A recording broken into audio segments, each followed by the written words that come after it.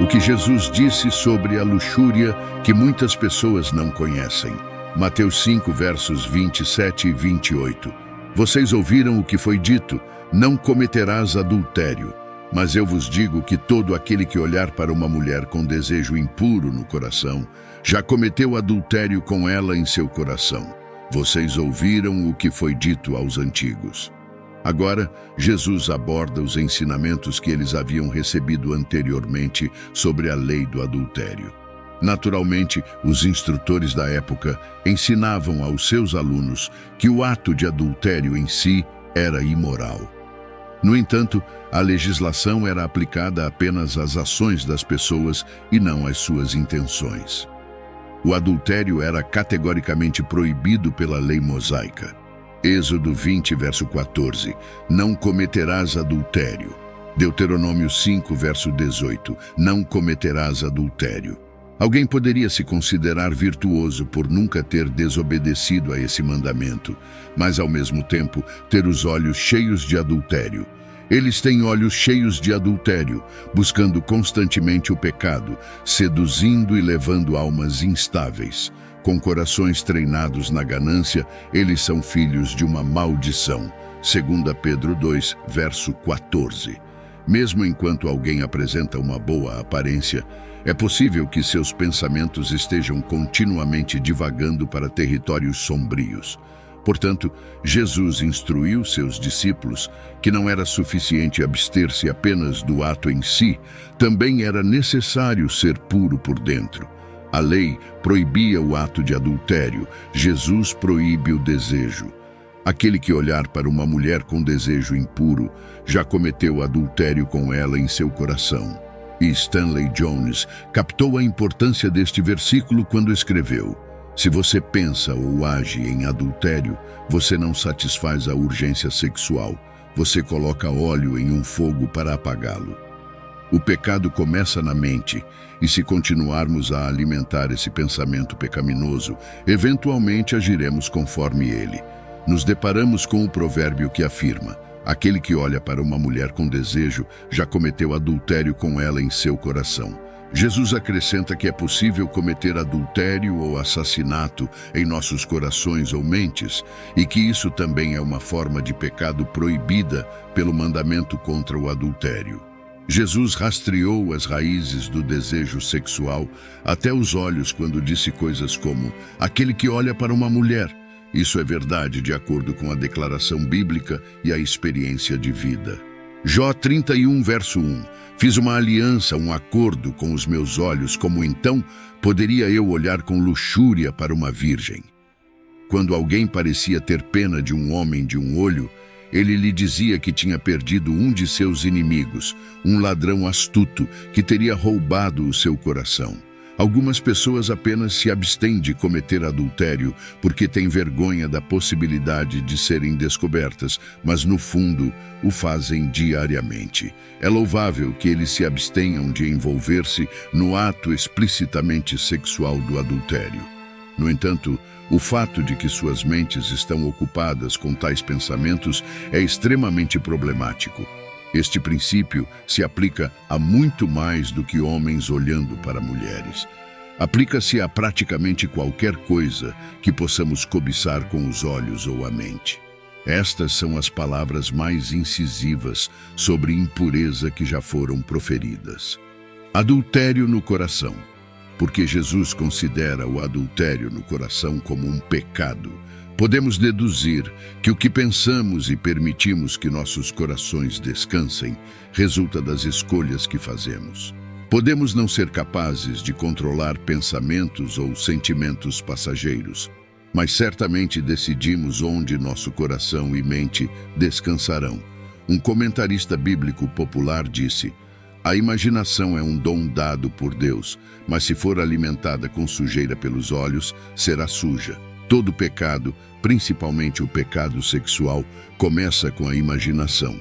Portanto, o que alimenta a imaginação é de máxima importância na busca da justiça do reino. Um exemplo de alguém que disciplinou seus olhos foi Jó.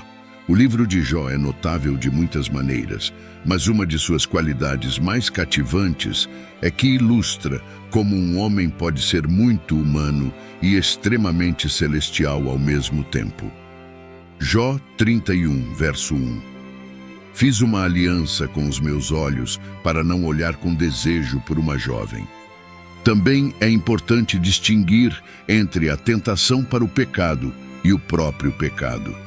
O olhar não deve ser casual, mas persistente. O desejo não é involuntário ou momentâneo, mas acalentado com anseio. Jesus, apesar de ser tentado de todas as maneiras, resistiu a essas tentações, não cedendo a tal pecado. Hebreus 4, verso 15.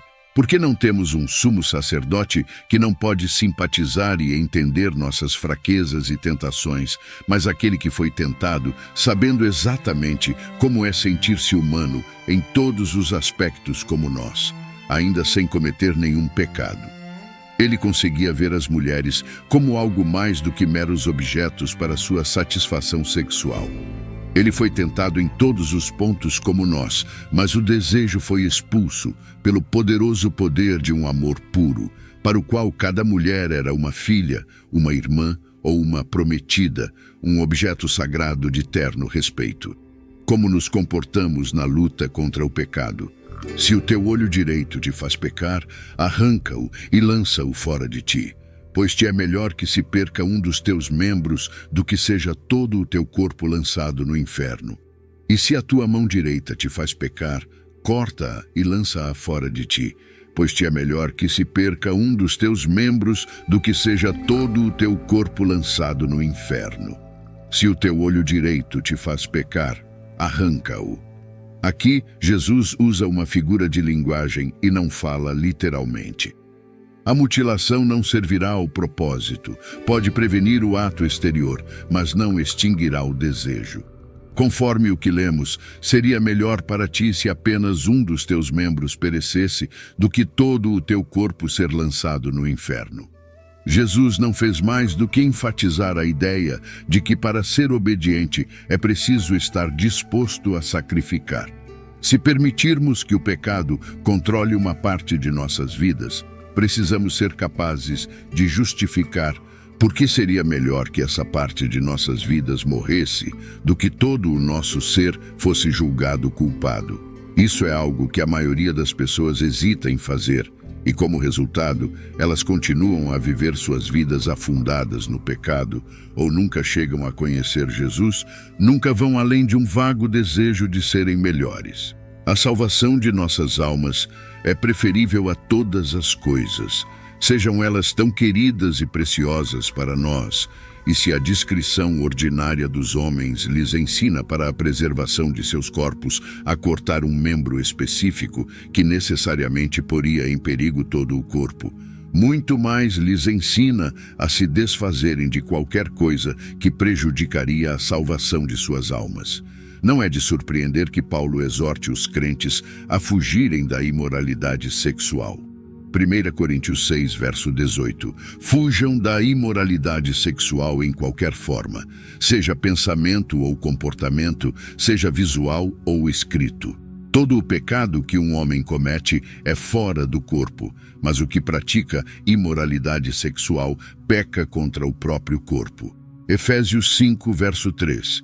Mas a imoralidade sexual e toda impureza moral, comportamento indecente, ofensivo ou ganância, não devem ser nem mesmo mencionados entre vocês, como é próprio entre os santos, pois como crentes, nossa maneira de viver, seja em público ou em particular, reflete a validade de nossa fé. 1 Tessalonicenses 4, verso 3. Porque esta é a vontade de Deus, que vocês se santifiquem, se separem e se apartem do pecado, que se abstenham e se afastem da imoralidade sexual. A mensagem mais famosa de Jesus, o Sermão da Montanha, concentrou-se nos corações de seus ouvintes. Ele direcionou seus discípulos como a audiência e procedeu a pregar o que agora chamamos de bem-aventuranças. Ele chamou seus homens a serem diferentes, a verem o mundo da perspectiva de Deus, a se relacionarem com as pessoas de maneira sobrenatural. Manter a pureza sexual requer mais do que simplesmente abster-se de se envolver em atividade lasciva. Também é algo que envolve o coração.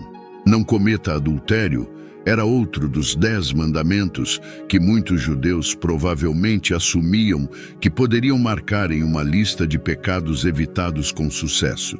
Mas Jesus disse que olhar para uma mulher com desejo é cometer adultério com ela em seu coração. Ações imorais, então, começam com pensamentos imorais, e os pensamentos imorais também são maus. Não se pode lidar com o pecado apenas lidando com ações externas. A luxúria é uma ilustração vívida do tipo de pecado que Jesus instou seus seguidores a evitar, e na cultura atual, ela apresenta um obstáculo significativo para a busca da pureza moral. Jesus deseja que seus discípulos tenham um compromisso tão profundo com a pureza moral que estejam prontos para cortar qualquer coisa em suas vidas que os tente ao pecado. Ele não está chamando para mutilação física. Mais uma vez, o pecado é uma questão do coração e não apenas dos olhos e das mãos. Em vez disso, ele está chamando para uma abordagem radical de evitar o pecado.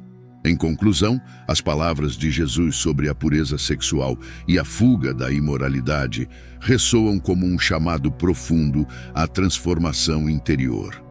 Ele vai além das ações externas, penetrando nos recantos do coração humano, onde os pensamentos e desejos se formam. O convite é claro: sacrificar qualquer parte de nossas vidas que nos conduza ao pecado, adotando uma abordagem radical para preservar a pureza moral. Paulo, em suas exortações, ecoa a importância de afastar-se da imoralidade sexual, reconhecendo que tal comportamento não apenas transgride leis divinas, mas prejudica a integridade do próprio corpo. As Escrituras, em 1 Coríntios 6, verso 18, destacam a necessidade de fugir não apenas de ações, mas também de pensamentos e comportamentos que comprometem a santidade. Portanto, que possamos, como discípulos de Jesus, abraçar a radicalidade da pureza moral, reconhecendo que ela vai além da superfície e requer um compromisso profundo e transformador.